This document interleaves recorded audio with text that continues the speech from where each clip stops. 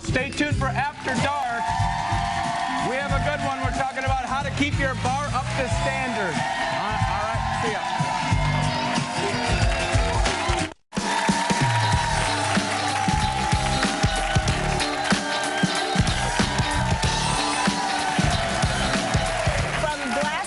Necessary ingredients to must-have bar tools, Storied Sips is the new go-to book for everything cocktail related. And here to share some classic recipes is author Erica Duecy. Welcome, Erica. Thank you. Hi, Erica. So, Erica, what made you put this to book? Besides the fact that you love alcohol. Yeah, exactly. And of course, I had to do my due diligence and test all of the recipes and travel. So I had been writing about food for a long time, then wine, and when I finally found cocktails, I mean, you have so many interesting characters who have a relationship with cocktails. Smugglers, royalty, all sorts of crazy stories out there. Talk show host. Yes, exactly. I'm sure we're going to have a whiskey made from one of you guys here. There we go, yeah. And you say that there's like 5 or 6 bottles that you have to have in your liquor cabinet, right? Because they go a long way as far as drinks. They do, absolutely. With these 5 bottles, so we have whiskey, a dark rum. I prefer dark rum because it's really rich and nice. Then we have tequila, gin, and vodka. With those 5 core ingredients in your arsenal, you can make 20, 30 different cocktails. So that is this entire bar you can put together for about $175. Okay. So when you think about that compared to how much you spend on a cocktail out on a given night, it's really a bargain. Yeah, I was going to say that's 3 drinks in the triangle. You know? Exactly. It's like us. All right, so and in the book you also talk about not only the recipes but the stories behind each cocktail. Yes, and so we're starting out today with the old-fashioned, which has G's favorite. Yeah, I do love this. Nice. This is just classic.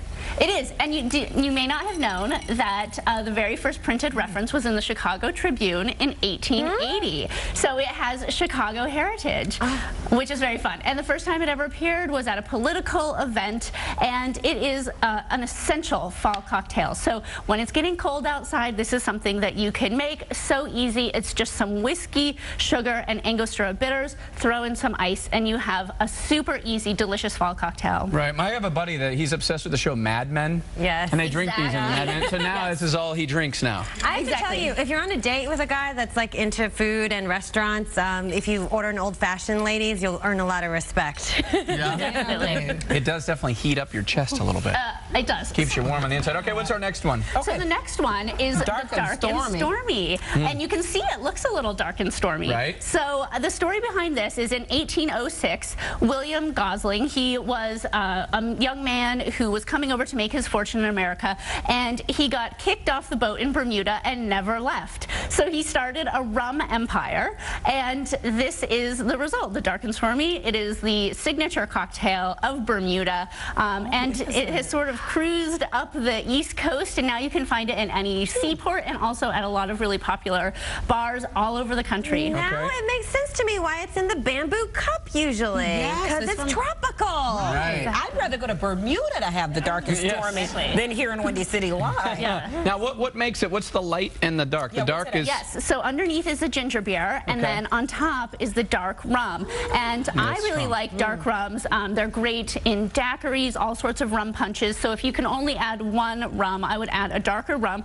Gosling's is nice, or Bacardi is nice, but it does have a much more richness. So for the fall and winter particularly, it's great. Yeah, it's always a great idea to mix all of your alcohol, vodka. What's our next one here? Now this one is a little bit more of an advanced cocktail. So this is called the Corpse Reviver No. 2.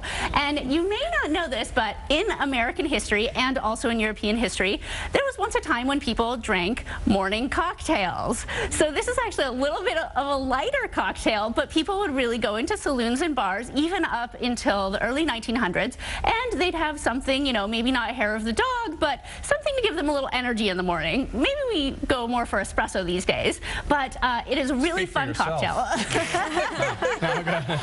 This wouldn't give me energy. This would just put me out. I know. I agree. But for something that is very sophisticated, it was created at the Savoy Hotel in London, which I've been to. Really wonderful cocktail. So it has gin, Lillet, Cointreau, and lemon juice, and just a little bit of rinse of absinthe around the edge to give it a little naughty flavor. Yeah, this is like a nice summer drink to me. Well, yeah, this'll raise raise you from the dead. It's a corpse reviver. Now, you said corpse reviver number 2. Yes. What's the difference between 1 and 2? Well, I think 1 is lost in history. I've actually never seen number 1. Oh. So it's sort of a misnomer when you see number 2. But of all the morning cocktails that I tried for this book, this was definitely the most remarkable. So that's why I included it. You've traveled over to 75 destinations all over the world to try cocktails. This sounds like my dream job, by the way. So if you ever need a companion, take me along with you. But what's one place that's the top of the list? I love the tropical countries. So I especially love Singapore. The Raffles Hotel is where the Singapore Sling was originated.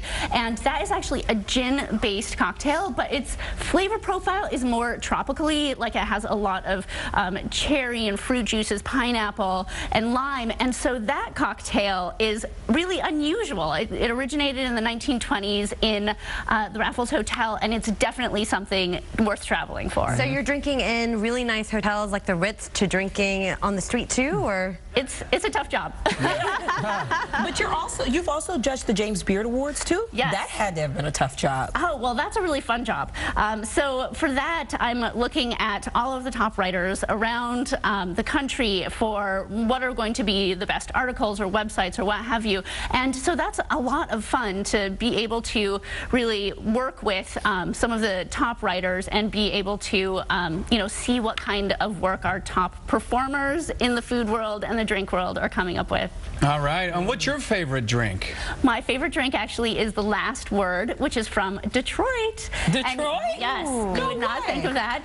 What is it? During Prohibition, it was created at the Detroit Athletic Club. It is gin and maraschino liqueur and chartreuse and lime. And so those equal ingredients go into this cocktail, which sounds like it would be a total train wreck, but it is amazing. So during Prohibition, the rest of the country was drinking bathtub gin, but in Detroit, where the cars were being made and where there was a lot of money, they knew how to party. Interesting. I'd love to hear the backstories of all of these drinks. Well, you can do it. Storied Sips. Name of the book is Storied Sips. Check it out. Erica, thank you for being here. Thank you so much. All right, and thanks for watching Windy City After Dark. We'll see you tomorrow, 11 a.m.